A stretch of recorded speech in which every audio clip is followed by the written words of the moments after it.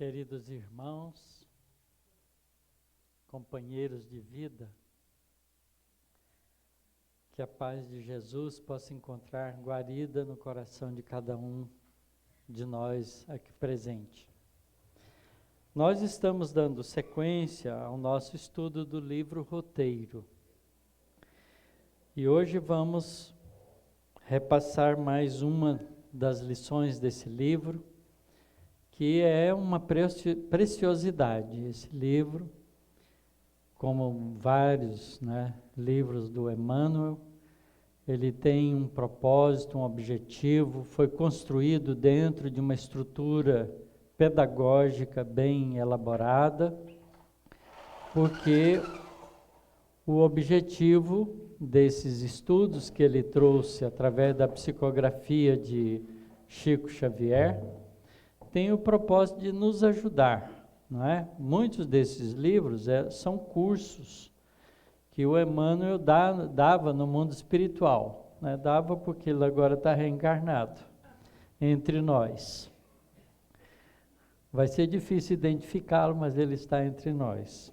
Já nasceu no ano 2000, segundo as declarações que o Chico tinha feito, ele reencarnou numa cidade do interior de São Paulo, a gente não sabe aonde, mas ele já deve estar com uns 18, 19 anos, e segundo o Chico, ele vai exercer a profissão de professor, que é a mesma que nós temos, né, Leia?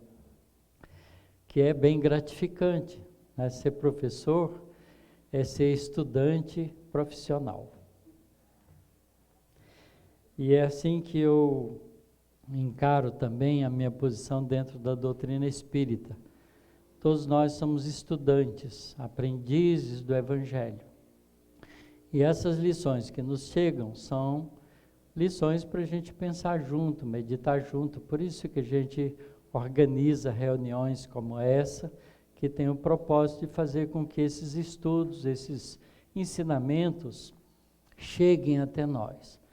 E isso não é novidade, porque desde a época dos discípulos de Jesus, que assim era feito. Jesus inaugura esse aprendizado coloquial, de conversa em torno das lições espirituais junto com os discípulos. E quando Jesus volta para o mundo espiritual, os discípulos continuam fazendo isso nas suas reuniões, nos seus trabalhos. E infelizmente, pelo interesse imediatista do ser humano, que politizou a religião, isso foi deixado de ser realizado, né? E assim a gente perdeu a chance de aprender as lições espirituais desde a época de Jesus. Então nós estamos 2000 anos atrasados. Mas estamos aqui pegando, de novo o ponto e seguindo em frente. A lição que nos cabe hoje, ela tem o título de Evangelho e Caridade. O Emmanuel fala das diferentes coisas de importância para o ser humano, começa falando do ser humano, fala do corpo físico, fala das realidades do espírito no corpo físico, fala do nosso planeta, do papel da ciência, da filosofia, depois esbarra, propositalmente no papel da religião. Ele faz várias considerações sobre as religiões, até chegar ao Evangelho de Jesus. E agora ele pontua o Evangelho de Jesus junto com várias atividades diferentes. A última lição foi Evangelho e Individualidade. Hoje vai ser Evangelho e Caridade. E a próxima segue ainda o Evangelho e Trabalho. E vai assim até o final do livro, falando da beleza que representa os ensinamentos de Jesus, que até hoje ainda é tão pouco compreendido pela humanidade inteira. Nós vivemos num planeta de provas e expiações, segundo os esclarecimentos espirituais que os Espíritos nos deram através da codificação. A gente lê no Evangelho, né, há muitas moradas na casa de meu pai. A classificação que Kardec coloca de acordo com os Espíritos sobre os níveis dos mundos. E nós estamos no mundo de provas e expiações, que é o segundo na categoria evolutiva. São 5 categorias classificadas. A primeira é o mundo primitivo, nós todos já passamos por lá. Chegamos aqui no mundo de provas e expiações. Vivemos no mundo de provas e expiações há mais de 10.000 anos. Estamos aqui aprendendo nessa fase do processo evolutivo. O nosso planeta esbarra, não é, com a alvorada do mundo de regeneração. Então nós estamos chegando no final do mundo de provas e expiações e vamos passar para uma categoria diferente de mundo de regeneração. Obviamente que quando uma escola é promovida, nem todos os alunos ficam nela. Então há um processo seletivo nesse caso, e só vai ficar no mundo de regeneração aqueles que assumem a responsabilidade com o conhecimento espiritual da sua própria regeneração. Porque até agora nós chegamos até aqui empurrados pela lei de causa e efeito. Foi a dor, o sofrimento, consequências dos nossos equívocos, que nos tem feito aprender o que deve ser feito. Não é? Porque as leis espirituais que nos governam, como mostra claramente a doutrina espírita, na terceira parte do Livro dos Espíritos, leis morais, elas são leis corretivas, não são leis punitivas. Deus não pune, Deus ensina, corrige, mostra caminhos. Aquela ideia de Deus punitivo era uma ideia mais primitiva da religião mal compreendida. Jesus nos ensina que Deus é amor. E aí a gente aprende com Jesus que o amor e a misericórdia são harmônicas com a justiça. De modo que a gente usa das consequências dos nossos erros, das nossas escolhas equivocadas, como método de aprendizado. E a gente então vai aprimorando. E é por isso que hoje a gente não tem coragem de matar os outros. Porque a gente já fez isso e já levou as consequências gravemente com os sofrimentos que esses atos geraram para nós. Então a gente vai aprendendo com essa experiência. Mas, obviamente, a gente chega numa fase em que a gente pode acelerar o processo de aprendizado, porque a gente já tem um certo nível de entendimento. Mais ou menos assim, quem não sabe ler, perde muita chance de aprender coisas que já estão estruturadas nos livros. Quando a gente aprende a ler, se a gente se interessa pela leitura, a gente aprende muita coisa sozinho. Então, a doutrina espírita chegou no momento da humanidade em que todos nós temos escolaridade. Todos nós temos recursos de leitura, todos nós temos já entendimento para ler e apreender o que se lê. De modo que a gente pode aprender muito mais rapidamente. Né? Não precisa passar por escola para aprender, a gente pode pegar e aprender por conta própria. Então, não precisa das religiões para nos ensinar.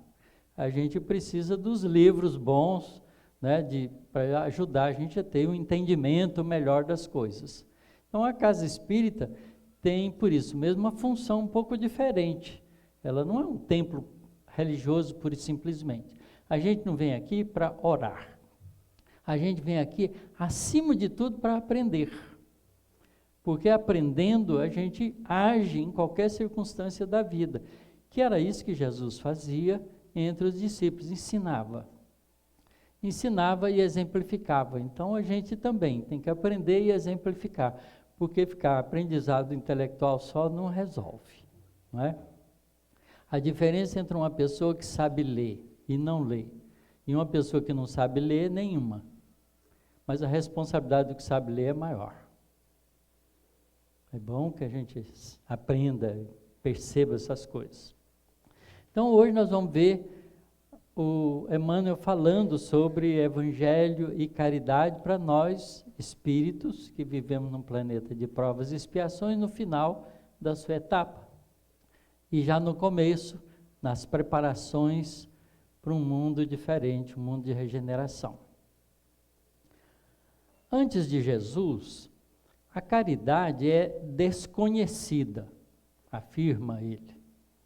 Os monumentos das civilizações antigas não se reportam à divina virtude. Os destroços do palácio de Nabucodonosor, no solo em que se erguia a grandeza da Babilônia, falam simplesmente de fausto e poder que os séculos consumiram. As lembranças do Egito glorioso, as pirâmides, não se referem à compaixão. Os famosos hipogeus de Persépolis são atestados de orgulho racial. As muralhas da China traduzem a preocupação de defesa. Nos velhos santuários da Índia, o Todo-Poderoso é venerado por milhões de fiéis, indiscutivelmente sinceros, mas deliberadamente afastado dos semelhantes nascidos na condição de párias desprezíveis. A Acrópole de Atenas, com as suas colunas respeitáveis, é louvor à inteligência. O Coliseu de Vespasiano, em Roma, é monumento levantado ao triunfo bélico para as expansões da alegria popular.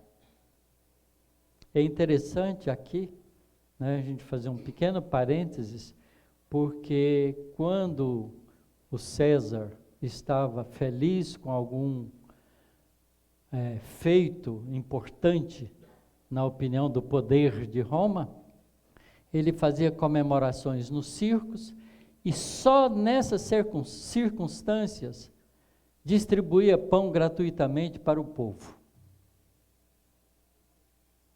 Quer dizer, não era caridade, era simplesmente uma festa. Por milênios numerosos, o homem admitiu a hegemonia dos mais fortes e consagrou-a através da arte e da cultura que era suscetível de criar e desenvolver. Com Jesus, porém, a paisagem social experimenta decisivas alterações. O mestre não se limita a ensinar o bem, desce ao convívio com a multidão e materializa-o com o próprio esforço. Cura os doentes na via pública, sem cerimoniais, e ajuda milhares de ouvintes amparando-os na solução dos mais complicados problemas de natureza moral, sem valer-se das etiquetas do culto externo. Agia simplesmente no meio do povo. Lega aos discípulos a parábola do bom samaritano, que exalta a missão sublime da caridade para sempre. Essa parábola é um primor de lição. E aí Emmanuel repete ela aqui. A história é simples e expressiva. Transmite Lucas a palavra do celeste orientador, explicando que descia um homem de Jerusalém para Jericó e caiu nas mãos dos salteadores que o despojaram, espancando-o e deixando-o semi-morto. Ocasionalmente, passava pelo mesmo caminho um sacerdote e, vendo-o, passou de largo. E de igual modo também um levita abordando o mesmo lugar e observando-o, passou a distância. Mas um samaritano, que ia de viagem, chegou ao pé dele e, reparando-o, moveu-se de íntima piedade. Abeirando-se do infortunado, aliviou-lhe as feridas e, colocando-o sobre a sua cavalgadura, cuidadosamente asilou-o numa estalagem. vemos dentro da narrativa que o Senhor situa no necessitado simplesmente um homem que foi assaltado e despojado de seus bens, ferido e largado no caminho. Um homem. Ninguém sabia quem ele era. Não lhe identifica a raça, a cor, a posição social ou os seus pontos de vista. Nele enxerga a humanidade sofredora, carecente de auxílio nas criaturas que acendam a luz da caridade acima de todos os preconceitos de classe ou de religião. Desde aí, novo movimento de solidariedade humana surge na Terra. No curso do tempo, dispersam-se os apóstolos, ensinando em variadas regiões do mundo que mais vale dar que receber. E inspirados na lição do Senhor, os vanguardeiros do bem substituem os vales da imundície pelos hospitais confortáveis, combatem vícios multimilenários com orfanatos e creches, instalam escolas onde a cultura jazia confiada aos escravos, criam institutos de socorro e previdência onde a sociedade mantinha a mendicância para os mais fracos. E a caridade, como gênio cristão na terra, continua crescendo com os séculos, através da bondade de um Francisco de Assis, da dedicação de um Vicente de Paulo, da beneficência de um Rockefeller, ou da fraternidade do companheiro anônimo da via pública, salientando valorosa e sublime que o Espírito do Cristo prossegue agindo conosco e por nós. É muito interessante essa lição, essa colocação de Emmanuel, porque muitos de nós, apesar de estudarmos às vezes história, nós nunca paramos nesses pontos sociais de importância, que quase sempre são também esquecidos pela própria história, não é? Da solidariedade humana que devia existir desde sempre. Então, isso era muito comum. As pessoas mais pobres se ajudavam mutuamente, porque as pessoas mais abastadas não se misturavam com as pessoas mais pobres. Não é? Aliás, ao contrário, as pessoas mais pobres eram utilizadas para os serviços mais grosseiros e mais difíceis, porque as pessoas mais abastadas se achavam no direito de gozar a vida. E ainda é assim. Os nossos legisladores, nossos administradores públicos ainda pensam e agem assim. Né? Nossa sociedade ainda deixa muito a desejar. E muitos de nós mesmos também agimos assim. A grande maioria de nós dispõe dos bens que não deseja mais. Então, já que vai jogar fora mesmo, dá para alguém. Né? Tá bom, já pensou melhor, porque antes jogava fora. Então, aí já dá para alguém. Mas poucos de nós agem como está bem definido nessa parábola linda, que a gente não para pensar. Mas um samaritano que ia de viagem chegou ao pé dele e, reparando, moveu-se de íntima piedade. Isso é um movimento do sentimento.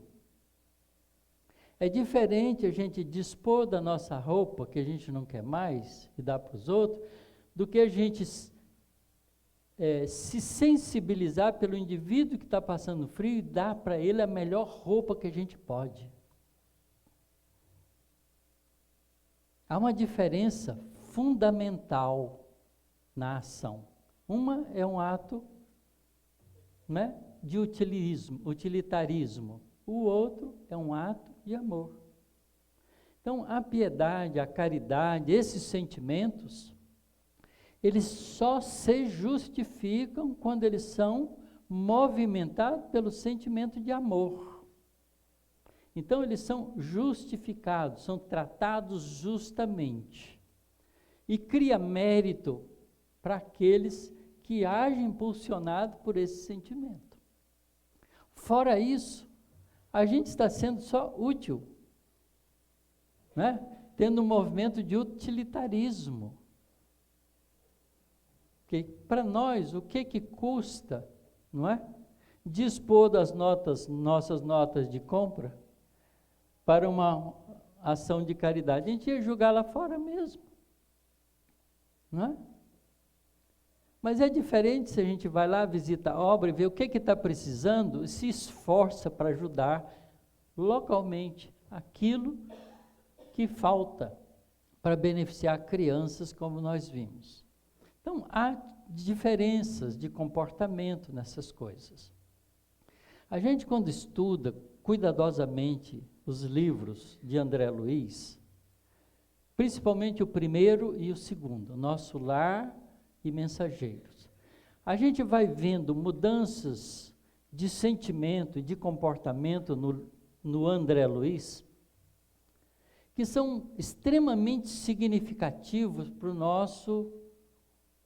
a nossa meditação, o nosso pensamento e a nossa interiorização desse aprendizado que ele nos traz.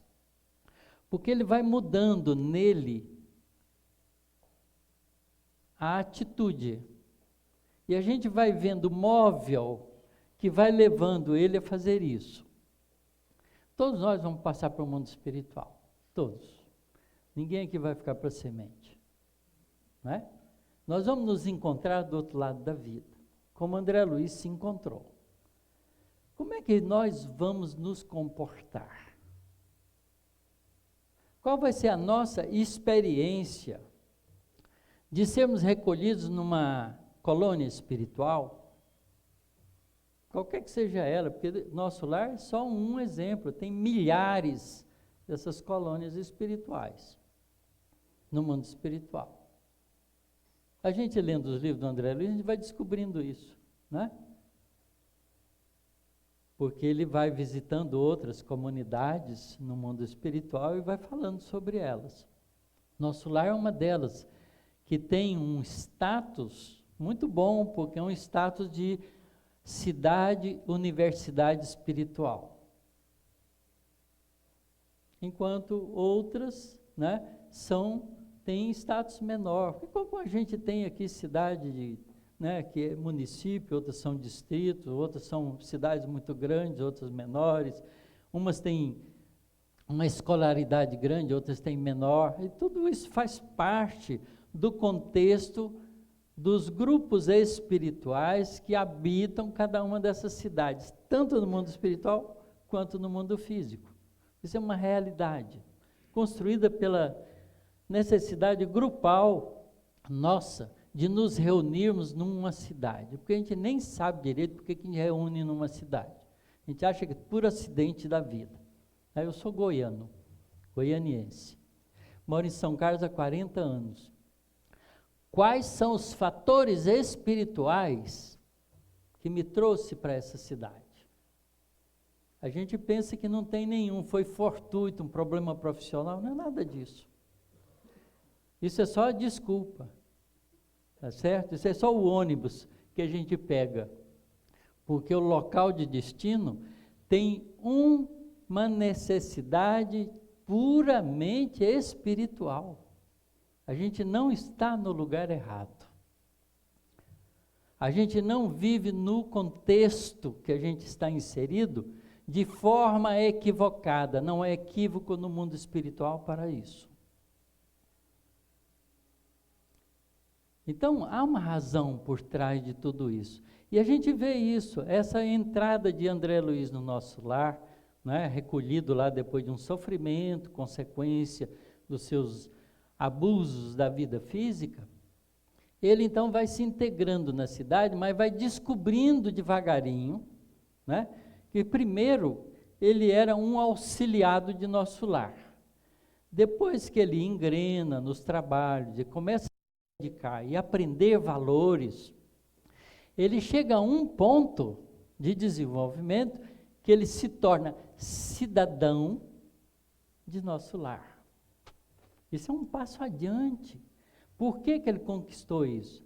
Se a gente analisar o contexto das atividades dele, a gente vai vendo isso. Ele vai descobrindo esse sentimento, né, que Jesus nos ensina na parábola do bom samaritano, que é o sentimento pelo outro, o sentimento que move a gente na direção do outro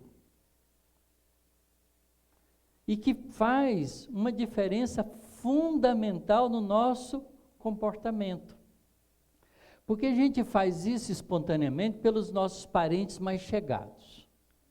Mas a gente não faz isso por um indivíduo na rua.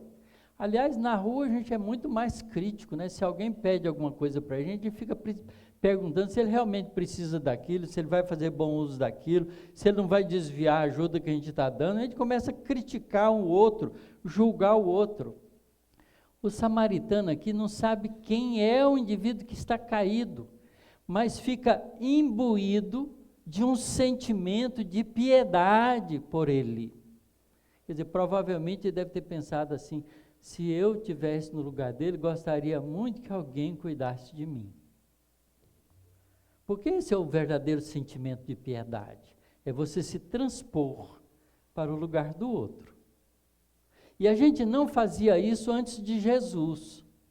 Então nós temos só 2000 anos de aprendizado nisso, que é muito pouco para a sociedade humana.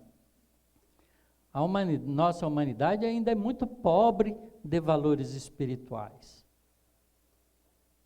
Não é? Por isso mesmo é que a gente vive uma vida de dificuldades, porque a gente ainda não gerou entre nós um sentimento de troca fraterna.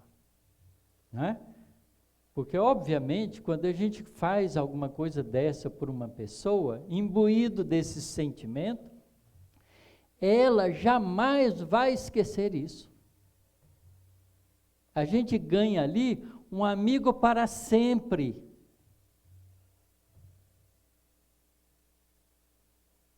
Há uma historinha que o Humberto de Campos conta, muito interessante, de um senhor que era muito rico, mas solteiro, um rapaz, né, herdou uma herança muito grande, era muito rico, tinha muito recurso, mas era sovina que só ele, é o exemplo da sovinice. Não dava nada para ninguém, não ajudava ninguém. Aí ele se apaixona por uma moça e acaba conseguindo, né, que a moça também gostasse dele, e no dia do casamento ele estava tão feliz, mas tão feliz que ele ia casar com aquela que ele achava que era o centro da felicidade dele. E aí alguém toca, uma senhora muito idosa, muito necessitada, toca na casa dele e pede uma ajuda. E ele estava tão eufórico que aquele dia ele moveu-se, né, de um sentimento melhor e dividiu um pouquinho da felicidade com aquela mulher, ajudou-a, deu a ela aquilo que ela tinha solicitado. Mas foi a única coisa que ele fez de bom na vida. Né? Casou, a vida continua, a gente sabe como é que é a história de casamento, né? A gente casa, depois de um ano a gente começa a pensar 2 vezes se a gente escolheu a princesa encantada e se a gente era o príncipe, né? E aí, porque aí os problemas vão aparecendo, a gente vai medindo as coisas e vai achando que não era bem aquilo, porque a gente sempre faz isso achando que o outro vai fazer a felicidade da gente. A gente casa egoisticamente. A gente não casa com o outro, a gente casa com aquilo que a gente espera que o outro faça para a gente. Esse é o nosso amor, né? O amor egoísta, né? Que não chega a ser amor ainda. E aí, como essas coisas não funcionam dessa maneira, porque o outro é o outro, ele também pensa do mesmo jeito, fica esperando do outro lado, os dois ficam esperando e ninguém faz, né? Depois de algum tempo, né? É muito comum as separações que ocorrem por aí afora. Né? Então a gente sabe disso, e deve ter acontecido isso na vida dele, porque a gente não vê mais, a história não segue para frente. O fato é que ele, depois de um tempo, desencarna com essa ficha: só fez bem uma única vez na vida. e vai para onde? Vai para a zona de sofrimento, que é consequência natural dos seus atos. Certo? Quem planta, colhe. Mas no sofrimento dele, ele sempre sentia uma pequena brisa que de vez em quando atenuava o sofrimento dele. Porque aquela mulher, para ela naquele dia, ele foi o santo que passou na vida dela. E ela nunca esqueceu o bem que ela recebeu. Então ela orava continuamente por ele. E foi essa prece dessa mulher que foi o caminho da solução, da recuperação e redenção daquele espírito egoísta. Então, a gente não imagina o alcance do bem. A gente ainda está muito ocupado com as coisas do cotidiano da vida e não medita nessas pequenas lições que são as grandes ações da realidade espiritual, porque está baseada na movimentação mais importante do nosso agir, que é o sentimento pelo semelhante, não é? Essa fraternidade que a gente precisa aprender a desenvolver na gente. E como é muito difícil a gente amar uma pessoa que a gente nunca viu, não é? Porque é difícil, a gente fica pensando, Jesus ensinou para nós, né, que há 2 mandamentos, e toda a lei e os profetas se resumem neles. Amar a Deus sobre todas as coisas, e amar com toda a força da nossa alma. Quer dizer, a gente é uma alma fraca para chuchu, então não tem nem força para amar a Deus, né? Amar a Deus com toda a força da nossa alma e amar o próximo como a si mesmo. E como a gente não sabe amar a si mesmo, a gente não sabe amar o próximo também. Essas inconsistências que a gente ainda carrega com a gente mesmo, né? E por isso, esse sentimento é difícil da gente tê-lo em função de agir com os nossos semelhantes. Então, quando a gente passa na rua, alguma pessoa que pede, solicita da gente algum ato de solidariedade, a gente não é movido pelo sentimento melhor, porque a gente ainda não tem esse sentimento. Então, a gente tem que utilizar de uma praticidade que vai nos fazer alcançar esse sentimento, que é o que o André Luiz faz no mundo espiritual. Trata de ajudar, de ser útil, né? Então, a gente tratar de ser útil já é grande coisa. E eu aprendi isso com o meu neto. Meu neto de 4 anos, quando ele tinha 4 anos, agora está com 15 anos, né? Ele, às vezes eu ia levar meu filho com ele para algum lugar, e ele falava muito isso para o meu filho: papai, te amo. Papai, te amo, né? 4 anos. Aí eu perguntei para ele: Felipe, o que é amar? Ele pensou um pouquinho, porque ele pensa desde pequenininho. Ele falou assim: amar é cuidar. E para mim foi a melhor definição que eu pude encontrar de amor para quem não tem amor. Porque é isso que a gente precisa fazer, cuidar do outro. Se a gente não sabe amar, a gente pode ser útil, pode cuidar. E no ato de cuidar, esse sentimento de piedade que a gente precisa ser imbuído dele, vai crescendo dentro da gente. Porque quando a gente cuida, a gente se ocupa com aquela pessoa. Ao se ocupar com aquela pessoa, a gente pensa nela. Ao pensar nela, a gente incorpora esse pensamento no cotidiano da nossa vida. Porque a gente faz aquilo, mas não esquece. Às vezes, 5, 10 dias depois, a gente lembra, o que será que foi feito daquela pessoa? Essa ocupação está se transformando em sentimento. Porque para as pessoas que a gente tem junto de nós, que a gente diz que ama, que são os nossos filhos, nossas mães, nossos pais, os nossos parentes mais chegados, que a gente tem mais afinidade, a gente se preocupa com eles. Quando eles estão longe, a gente passa uma semana, puxa, fulano não deu notícia. Quer dizer, isso é sentimento, é ligação um com o outro. Então, o ato de cuidar faz esse papel de ligação. E meu neto tem razão, né? Amar é cuidar. Para quem não sabe, amar, o amar é cuidar, é servir, é ser útil, é ser capaz de se preocupar, não é? Um pouquinho com outras pessoas que não fazem parte do nosso cotidiano. E a gente devia viver assim. Então, é esse o sentimento de caridade que a gente ainda não aprendeu a ter. Então, quando a gente for desfazer das nossas roupas, a gente já não vai mais desfazer das nossas roupas porque a gente não quer mais. A gente vai, vou tratar de procurar gente que precisa dela. E ao invés de intermediar outros, trazer para o centro fazer o que bem entende, você vai atrás de outros. Daqueles que precisam. Porque quando você der isso para ele, ele não vai esquecer de você mais. Então você cria um elo. Não é? O cuidar vira um elo de sentimento. E é o que o André Luiz vai aprendendo a fazer isso no mundo espiritual. Porque na primeira experiência dele de vir à Terra depois que ele está no mundo espiritual, e que ele fica lá na colônia de Nosso Lar por um bom tempo, a primeira vinda dele à Terra é para visitar os parentes, os que ficaram. Já tinha da ordem de 10 a 11 anos que ele tinha desencarnado. Vocês imaginam que experiência maravilhosa, você viajar, perder completamente a notícia da sua família, desaparecer da família, 10 anos depois você volta, o que você encontra lá? Ele chegou lá, a primeira coisa que ele encontrou foi um substituto.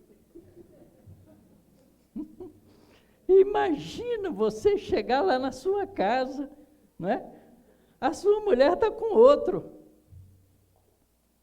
Tem outro no seu lugar. A família nem lembra que você existiu. Ele teve a felicidade de que uma única filha lembrou dele. Imaginem que é assim. E aí foi um choque terrível, porque aquilo que era o mundo emocional dele, desabou. E agora, o que fica no lugar? Não é? É uma experiência rica, muito importante para a gente, porque ensina para a gente o que é amar de verdade. E aí, depois do primeiro impacto, obviamente, como ele já tinha lições aprendidas no mundo espiritual, ele vence aquele impacto, né? E começa a tentar ajudar. E ajudar a pessoa que ele não amava, porque ele teve que ajudar o substituto. Imagina ajudar o substituto. Aquele que dormia na cama com a mulher dele, né? Para homem isso é chocante, tá certo? Né? Mexe com o machismo arraigado no íntimo de todos os homens. É muito duro. Mas ele se dispõe a isso. Mas ele não consegue fazer isso sozinho. Então ele socorre daqueles amigos que ele já tinha arranjado no mundo espiritual. E aprende a fazer isso. A partir daí é que André Luiz começa a perceber que todo aquele trabalho que ele fazia na Câmara de Auxílio, ele fazia sem ligação com as pessoas, ele ajudava como os médicos hoje ajudam a gente. Você vai lá, paga consulta e tal, ele faz tudo para você, se você voltar daí um mês, ele não lembra qual é o seu caso mesmo, né? Porque ele te atendeu numericamente. Ele não te atendeu criando uma ligação afetiva. Nós somos profissionalmente assim, muitos de nós. Então a gente não cria esse tipo de elo, porque a nossa relação é uma relação convencional.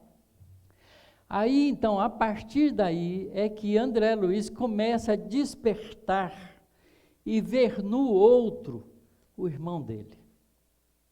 Ver no outro aquele que ele precisava aprender a amar.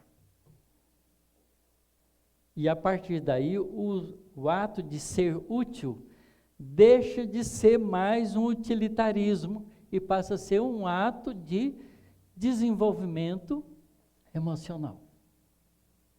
E é isso que a gente chama de caridade. Caridade não é dar, é doar-se. Há uma diferença. Por isso é que a humanidade não sabe fazer isso, porque nós não sabemos doar de nós mesmos. A maioria de nós somos doadores de órgãos, somos porque acha que o corpo vai apodrecer mesmo. É melhor que os outros aproveitem, né? E se alguém disser que você não morre tão rapidamente, quando o médico diz para você assim, ó, você está morto, dá o atestado de óbito. Mas aí do lado espiritual você ainda está ligado ao corpo físico por mais um tempo.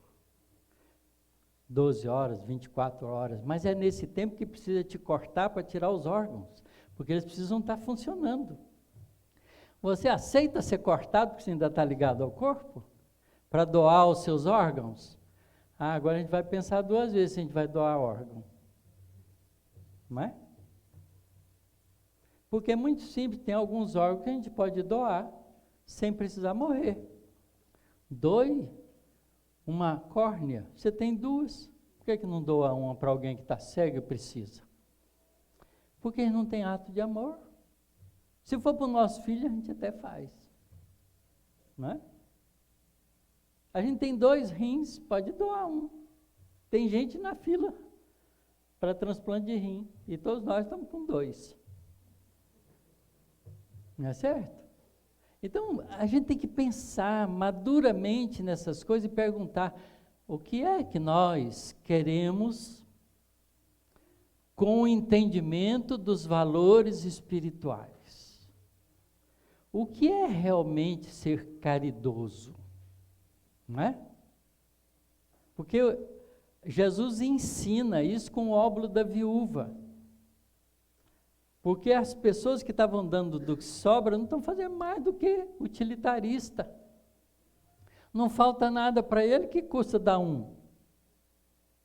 Você tem 200, vai dar 1, vai ficar com 199, você não sabe nem fazer a conta, se está faltando 1 ou não. Mas a viúva deu aquilo que lhe faltava. É diferente.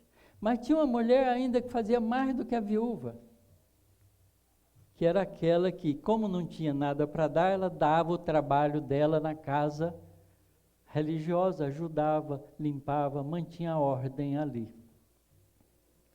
Ela dava dela, do trabalho dela, do esforço dela. Então essa é o sentimento verdadeiro de caridade que Jesus nos ensina. É a caridade que está movida pelo sentimento de íntima relação com aquele que vai receber o auxílio.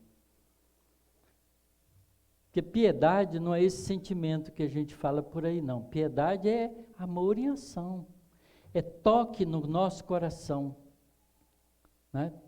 Tem gente que não vai visitar as pessoas que estão sofrendo, porque não aguenta ver o sofrimento. Ele fica tão, né, assim que ele não vai lá. Não quero nem ver isso. A gente tem que ver e ajudar. Tem que ver e ajudar, não é? Jesus viu os leprosos, com todas as deformidades dele, e ajudava, curava os leprosos. Há uma experiência do Evangelho que ele conta, que ele cura 10 leprosos de uma vez, mas só um fica grato. É porque a gente ainda é assim, né? Fica bom, é curado, e aí volta a fazer todas as bobagens que a gente fazia, que gerou a doença que a gente tinha amealhado para si próprio, né? Porque doença não tem endereço errado, não. Vocês sabiam disso? Doença não tem endereço errado. Ninguém fica doente pelo outro. Cada um fica doente por si mesmo, por razões próprias, por necessidades pessoais. Porque a nossa vida, não é? Nós é que somos os responsáveis por ela.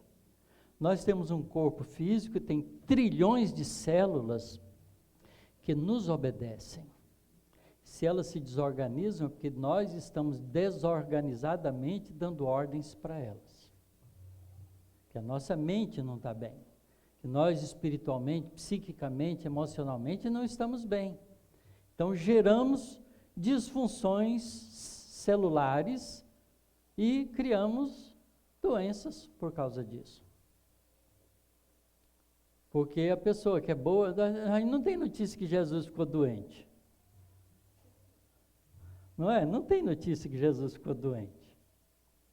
Um espírito superior como ele não fica doente, porque ele coordenava as células que o servia de maneira harmônica, perfeitamente funcional, dentro do respeito à vida. A gente não faz isso. A gente gosta de um pudim, come mais do que deve, aí o estômago sofre. A gente gosta de uma carne assada, vai lá, come mais do que deve, depois não passa mal. Passar mal significa as células do seu corpo estão dizendo, você me desrespeitou, portanto não vamos funcionar bem, sofra. É a resposta da natureza. Isso vale com as bebidas, com os abusos, com as noites mal dormidas, com todas as coisas que a gente faz inadequadamente com o corpo físico que nós recebemos gratuitamente de Deus para servir de instrumento para o nosso progresso espiritual. Isso tudo faz parte de caridade para consigo próprio também. Está dentro do contexto da lição. Porque se a gente deve amar o próximo como a si mesmo, se a gente não se ama, como é que vai amar o outro? E a gente não se ama porque a gente judia do próprio corpo da gente e depois quer viver 80, 90, 100 anos, né? Saudável, morrer de repente sem sofrimento. Aí a gente fica, puxa, mas o sujeito chegou no fim da vida, trabalhou a vida inteira, agora está lá de cama, sofrendo, com dor na coluna, com dor mais não sei o quê, com câncer isso, com câncer aquilo, por que será? Não é? Os materialistas dizem, né? Porque o corpo é uma máquina e estraga. Né? É assim que fala. Não esquece que o carro, quem estraga o carro é o motorista. Né? Então é preciso que a gente entenda realmente que é Jesus que inaugura na terra o verdadeiro ato de caridade. E ele mostra isso para nós da forma melhor possível, porque ele faz isso com o exemplo dele. Não é? Ele não vai na sinagoga, ó, você faz uma fila aí que eu vou atender vocês. Não é assim, ele vai no meio do sofrimento e ajuda aquele que precisa. Aquele que pede, aquele que não pede, né? Jesus adivinhava que tinha que ir em tal cidade assim, porque lá tinha alguém que precisava da ajuda dele e estava em condições de aproveitar essa ajuda. Psiquicamente já reconhecia isso, ia lá, os discípulos, mas para que nós vamos lá? Ali tem pouca gente para a gente falar sobre a doutrina, sobre os ensinamentos espirituais. Jesus, não, mas eu tenho um encontro marcado lá. E ia. E foi assim que ele foi encontrando todos os exemplos, né, que a gente tem no Evangelho, de Lázaro, Maria e Marta, né, dos discípulos diversos, das pessoas, né, do centurião que ele encontra, da filha de Jairo, etc. Não eram pessoas desconhecidas de Jesus, porque como Jesus é o diretor espiritual desse planeta nosso, e responsável pela evolução do planeta, desde a sua formação. Isto é, há 4,6 bilhões de anos, a Terra começa a se formar junto com o planeta, com o sistema solar. Jesus assume a direção do planeta, da formação do planeta nessa época, está conosco desde então. Não é? A vida surgiu há 3 bilhões de anos atrás, como formas bacterianas rudimentares. Jesus é que trouxe a vida para a Terra. A vida evoluiu na Terra, nesses bilhões de anos, até chegar à fase humana. E os espíritos que somos todos espíritos tutelados por Jesus. Por isso que ele disse, das ovelhas que meu pai me confiou, nenhuma se perderá, porque é um diretor espiritual responsável. Nenhum de nós vai se perder, mesmo quando tiver a seleção, né, vai ficar no planeta de regeneração que a Terra vira, e os que não tiverem prontos para isso, vão ser levados para um planeta de provas e expiações mais atrasado. Jesus cuidará deles ainda assim, porque ele não é diretor espiritual de um planeta, ele faz parte de uma assembleia de espíritos angelicais que dirigem sistemas planetários diversos. Vocês querem saber que Jesus tem ingerência administrativa na estrela Sírius? Que é uma estrela vizinha do Sol. Está pouco perto de 9 anos-luz de nós, logo ali, pertinho. Leiam Renúncia. E a gente vai ver lá em Renúncia que há Alcione, que lá em Sírios, num planeta que gira em torno de Sírios, que tem vários satélites, descrito por Emmanuel. É lindo o livro. E ela então pede autorização para voltar à Terra, para o superior dela, que ela está lá trabalhando, né? Um planeta mais adiantado, os espíritos trabalham sempre. E ela então pede para vir, porque ela estava preocupada com aqueles que ela deixou aqui, que estavam mais atrasados, que ela queria ajudá-los, porque ela amava esses espíritos.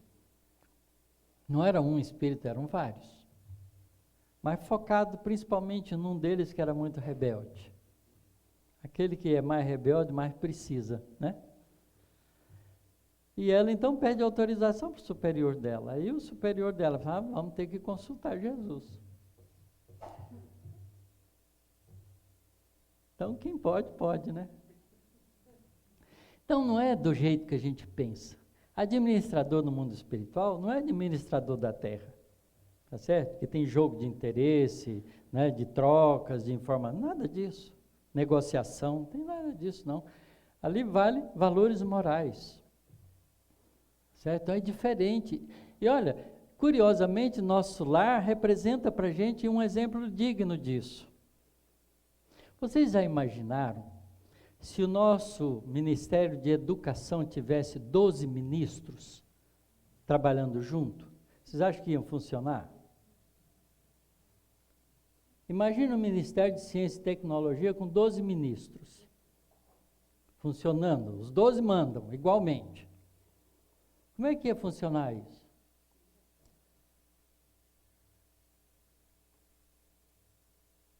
Não dá para acreditar que a gente é capaz de fazer um treco desse funcionar aqui na Terra, né? Pois nosso lar tem 6 ministérios. A cidade de nosso lar tem 6 ministérios. Cada ministério tem 12 ministros trabalhando junto. E eles trabalham junto. Porque não há competição, há cooperação. Nós é que somos competidores. Essa é a filosofia dos Estados Unidos.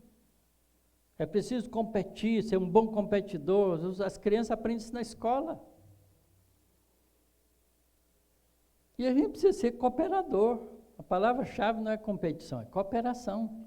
E é isso que existe no nosso lar. Então, cada ministério do nosso lar tem 12 ministros. Então, são 72 ministros trabalhando junto com a governadoria, que tem outro tanto de espíritos trabalhando. Não é só o governador. O governador é uma equipe espiritual trabalhando com ele. E aí a cidade funciona uma maravilha. Sou doido para conhecer lá. Você também, né? A gente vai conhecer. É esse sentimento que nos leva para o alto. É o sentimento de amor ao próximo. Se a gente não sabe ainda amar ao próximo, vamos aprender a usar o nosso raciocínio para sermos úteis de maneira participativa. Esse é o melhor jeito. Por isso a casa espírita como essa Não precisa só de gente sentada aqui esperando o passe. Precisa de gente trabalhar também, ajudar. Quando a gente vai fazer o trabalho de atendimento às pessoas necessitadas, fazer a cesta básica, todo mundo tem que ajudar. Mas faz mais do que só dar o dinheiro para comprar os alimentos. Vem participar da festa. Vem participar, vem conhecer os pobres, abraçar eles, conviver com eles. Não é isso que a gente precisa fazer, desenvolver em nós um sentimento real de fraternidade. Se a gente fizer isso, a gente está aprendendo com Jesus o verdadeiro significado da caridade. A próxima lição é Evangelho e Trabalho. Que Deus nos ilumine, nos dê força, coragem, bom ânimo, para a gente ser parte dos 20% dos espíritos que vivem na Terra, encarnados, que querem um mundo melhor.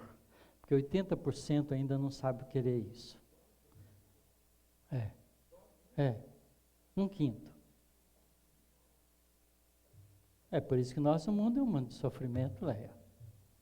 Que a maioria tem um monte de gente indiferente nessa história, que fica em cima do muro. Mas 20% quer um mundo melhor e trabalha por isso. E é por isso que nós já estamos numa fase de começar a fazer mudanças. Porque 20% já vale a pena. Que Jesus nos ilumine sempre. Muito obrigado pela paciência de vocês.